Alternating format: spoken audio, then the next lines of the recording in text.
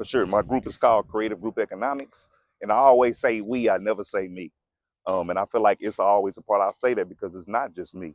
It takes a whole bunch of us to be able to do this, and just the organizing factor. And I give y'all one example.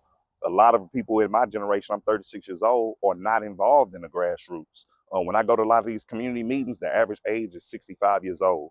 So when we go to these meetings and we try to see how can we help them and how can we make it exposed for the rest of our community so everybody can see.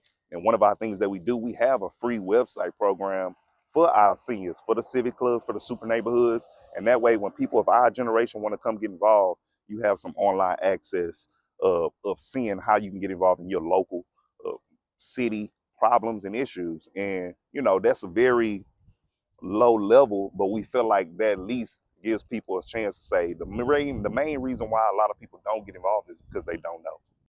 I would say at first, when I first got started being in the day of activists, I was still in corporate.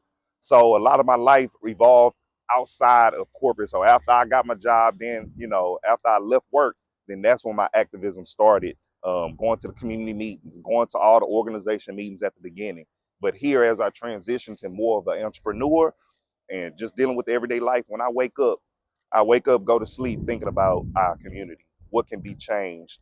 In my organization, we come up with our own economic and safety plans, street plans, sidewalk plans, and we present this to city council and all the appropriate agencies to let them know this is what we need.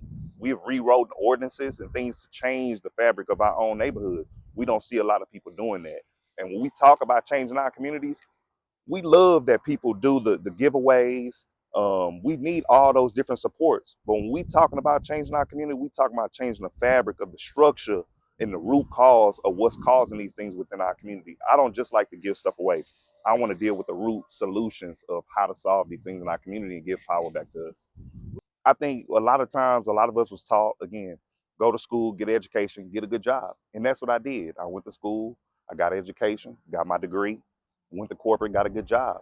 And when I realized that that job wasn't serving me or it wasn't what I thought, then guess what? Then I had to go seek other opportunities in order to make our family whole. But one thing I realized is through that search and through that research is that I was realizing that a lot of things wasn't fair. And that's when things started adding up in my mind. And I started saying, hey, if I'm not fighting for it, who is?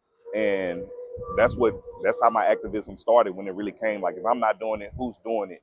And if not now, when?